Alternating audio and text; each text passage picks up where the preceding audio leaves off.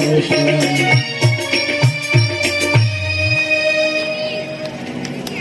व्यासपीठ से पूज्य श्री संत भगवान के चरणों में मेरा बारंबार प्रणाम स्वीकार। सखियों ने भगवान से विरोध किया, तब तक एक सखी ने उसमें से कह दिया, सखी तुम्हें पता है? कहा क्या? कहा अयोध्या में तुम्हें पता है बालक कैसे जन्म लेते हैं? कहा नहीं। तो सखियां कहती है अयोध्या में किसी पिता की आवश्यकता नहीं होती, बल्कि माताएं खीर खाती हैं और अंग में बच्चे आ जाते हैं। अब तो सखियां लगी उपहास करने। लक्ष्मण जी को क्रोध आ रहा है। लक्ष्मण जी ने कहा भी उत्तर देते हैं तुम्हें। फ्रेंड्स, आप देख रहे हैं मां निरंजना देवी मंदिर पर श्रीमद् भागवत कथा। यह भागवत कथा 27 अक्टूबर से प्रारंभ होगा फ्रेंड्स।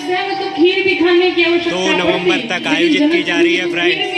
खेत में जाओ, फावड़ा चलाओ, बिटिया लेके आओ।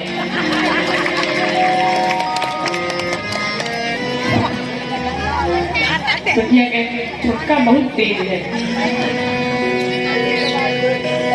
और लेकिन सखिया काम मानने वाली सखिया तो फ्रेंड्स, यह भागवत कथा 17 बटालियन एसएएफ में आयोजित की जा रही है, जिसे आप देख पा रहे हैं फ्रेंड्स।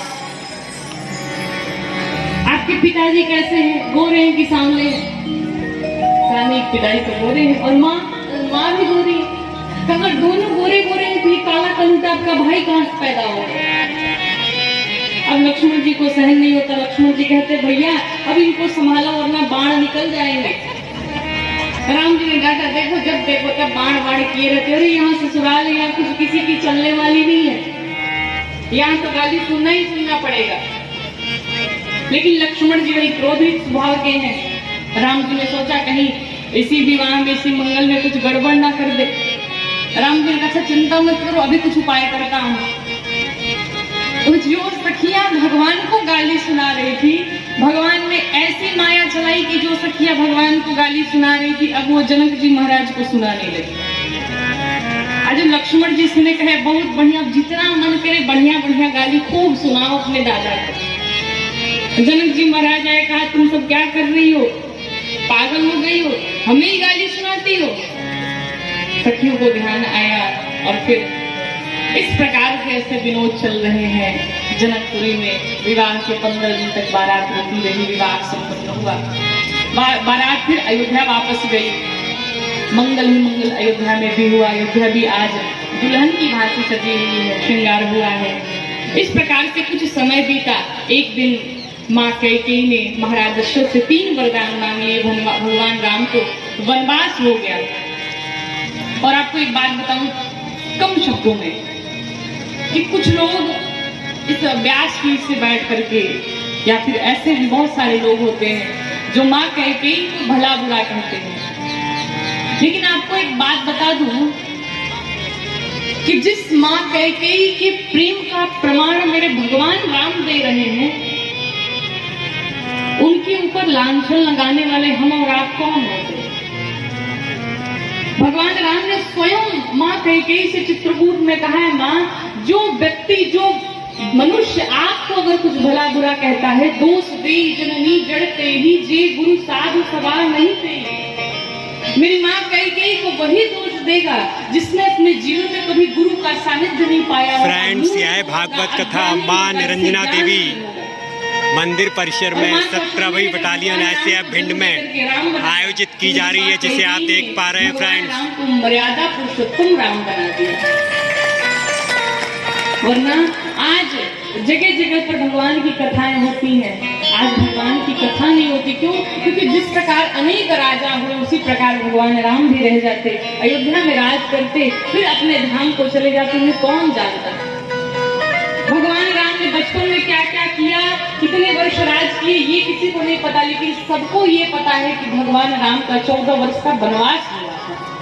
क्यों? क्योंकि वो त्याग थी, वो तपस्या थी। अगर वो बाहर नहीं जाते तो फिर आज हम और आप हमें नहीं जानते। भगवान वन में गए हैं, जाकर के अनेक असुरों का वध किया। फ्रेंड्स, यह भागवत कथा 27 अक्टूबर से प्रारंभ होकर 2 नवंबर 2022 तक आयोजित की जाएगी। फ्रेंड्स, शूर्पणखा ऊपर से जा रही थी, जैसे ही भगवान को देखा इतना सुंदर आप स्वरूप देख है, रहे देख करके हैं अमृत मोहित वर्षा महोत्सव। फ्रेंड्स, और एक बात बताऊं, बुरा मत मानिएगा, कहीं तो कह दे, इसलिए क्षमा मांग लेते हैं, कहीं बोल दे भी 2 दिन बचे पड़े हैं, इसलिए कोई बात बुरी लगे तो क्षमा कर दीजिएगा।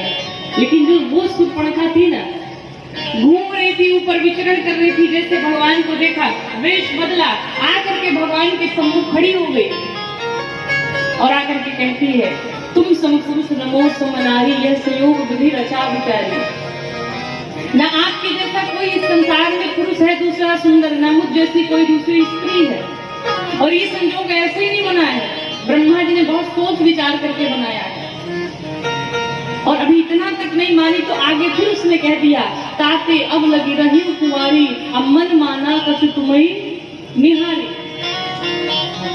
आपके ही कारण अभी तक हम कुंवारे बैठे थे, लेकिन आपको देखकर मेरा मन थोड़ा सा मान गया है। राम जी ने सोचा कि मुझे देखकर इसका मन थोड़ा सा मान गया, अगर दूसरे को देखेगी मतलब हमें भी छोड़ के भग जाएगी। उसके चरित्र का तो प्रमाण यही है। वो जो घूम घूम करके अपना वर ढूंढ रही उस कन्या के विषय में क्या कहा जा सकता है? और बुरा फ्रेंड्स, आप सुन रहे हैं देवी गौरी जी पांडे जी को। शूर्पणखा कौन है? ये जो शूर्पणखा थी, झूठ बोलती, भगवान से कहती मेरा विवाह नहीं हुआ, जबकि इसका विवाह हो चुका है, विवाहित है,